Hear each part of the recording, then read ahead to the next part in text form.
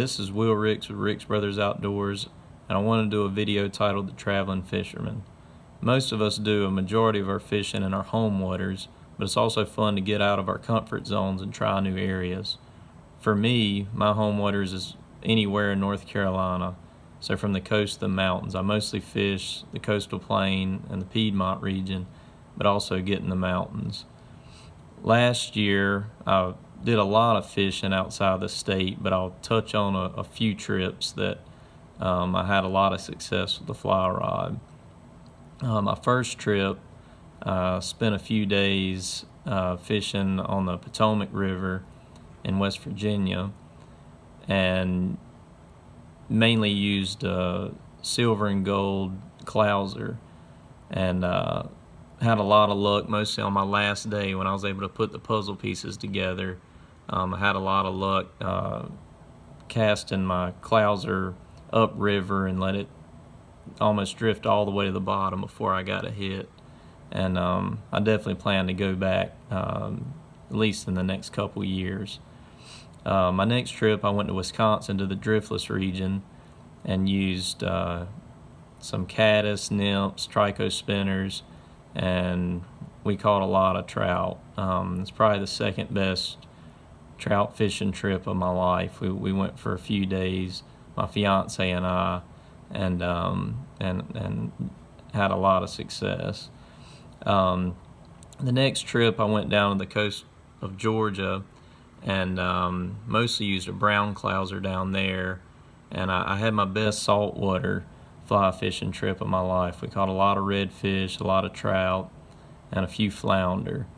So getting into kind of how I prepare and approach out-of-state trip, I kind of have three things that I focus on.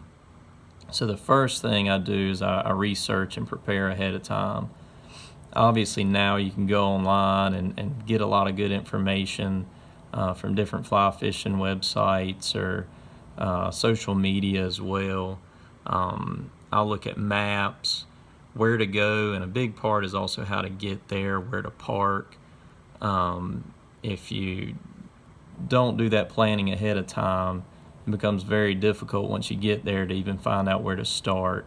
So I kind of get a game plan and itinerary before I get there to make sure I know, how to approach a stream and really just where to get started. So the second thing I like to do is organize my gear and also purchase any additional gear I may need. A lot of places that have great fishing are remote, and you don't have a lot of options to go somewhere and get something that you may not have that you need. So I'll go ahead and make an order.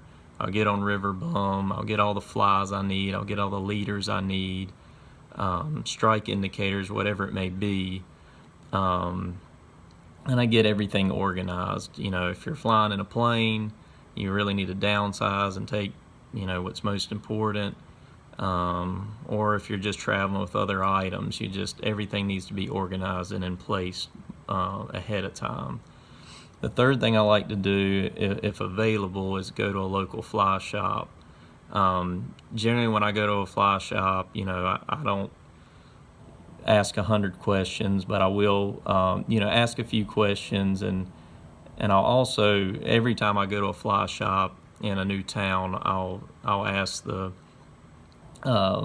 manager what's his favorite 3 flies, and I'll purchase those 3 flies from them just to kind of see what they use in that area and kind of what might work for me, and also what I have in my box that kind of mimics that as well. And that's also kind of a thank you for any advice that I get there at the fly shop. So that's all I have, but if you have any questions, feel free to ask. Thank you.